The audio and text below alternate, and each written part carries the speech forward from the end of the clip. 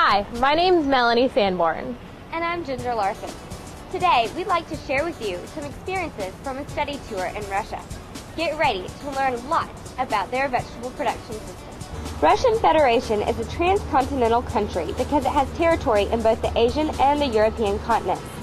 With an area of 6.6 million square miles, it is almost twice as big as the U.S.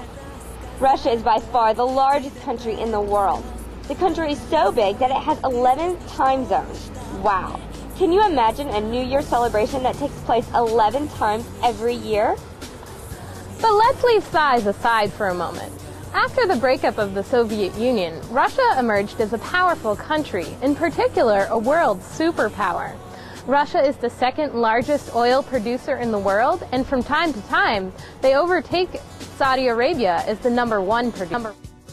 But Melanie, Russia is full of contradictions regarding the quality of life and food security. Today, around 25% of Russians live in the countryside, and those who live in villages have to work twice as hard to make a living. Oftentimes, their lives depend directly on their individual harvest. Most rural families still keep a cow, pigs, chickens, sometimes rabbits, and geese in order to guarantee a source of protein throughout the year. At the same time, Russians appreciate salads as part of their everyday meals.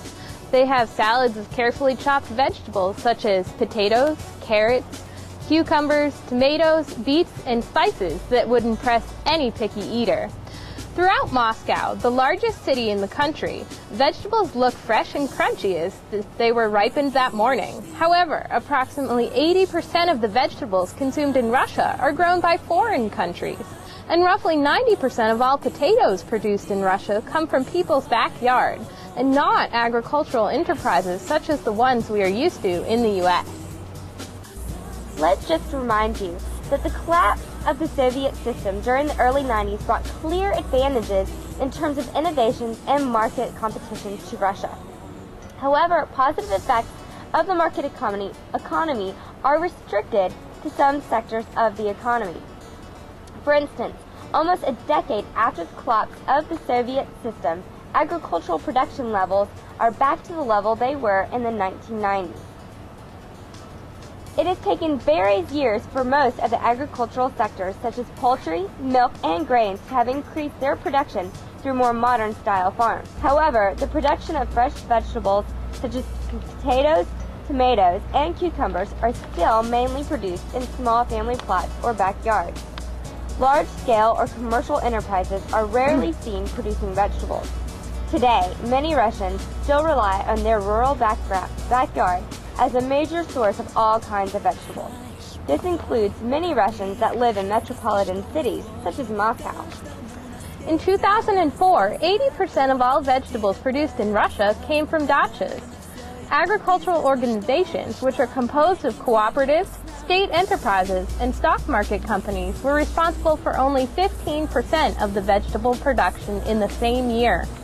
Private farms were responsible for a small production share of potatoes, vegetables, and milk. However, a few companies that produce vegetables under greenhouse conditions are flourishing in this market.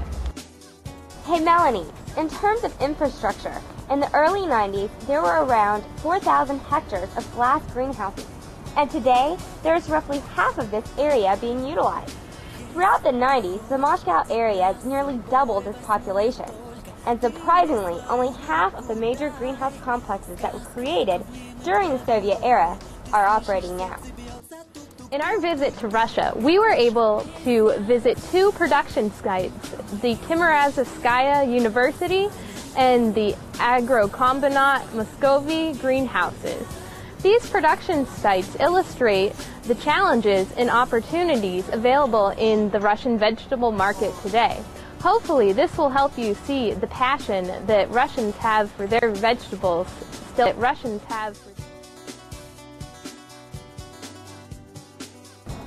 Hey Ginger, Agrokombinat Muscovy is a greenhouse complex that was established on 288 acres. Agrokombinat Muscovy was established by the Soviets in 1969. They grow about 30 different species of produce in various different cultivars. While the operations and equipment closely resemble American operations, there are some differences. In Russia, moist greenhouses are made of simple pane glass. The immense size of their operation leaves us speechless.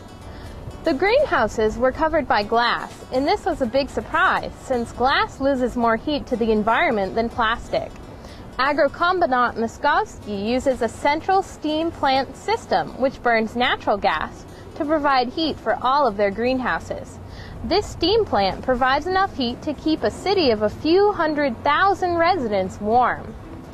Greenhouse ridges stretch away into the distance with massive headhouses regularly spaced in between. In one greenhouse, there were about 25,000 cucumber plants. Cucumbers were planted directly in the soil and have metal pipes running down both sides of the rows. These pipes are used for three purposes. First, they pump hot water to heat the soil to optimal conditions. Second, they are used to sterilize the soil. And finally, the metal pipes are used as support railings for carts during harvest. Melanie, this type of efficiency is rarely found in the United States, and it's really impressive.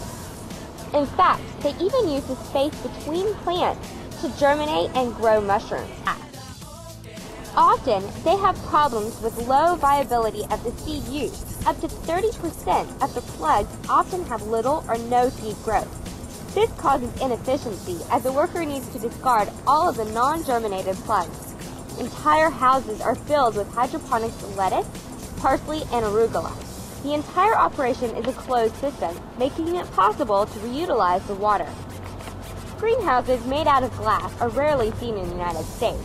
In Russia, labor and energy are less expensive and materials are more expensive.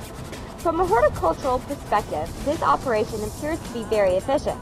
However, it is also surprising that Russians use diesel tractors inside their glass greenhouses. Today, much of the Russian agricultural sector is in disarray. In many rural regions, the farm labor and agricultural production is in disrepair. But the government is reviving the agricultural industry and so-called national project and trying to put more investments into this industry. But the sites in the Agrokombinat Moskovsky show that agricultural problems are not universal. This greenhouse, now privatized, claims to have more than $75 million in sales in 1 year.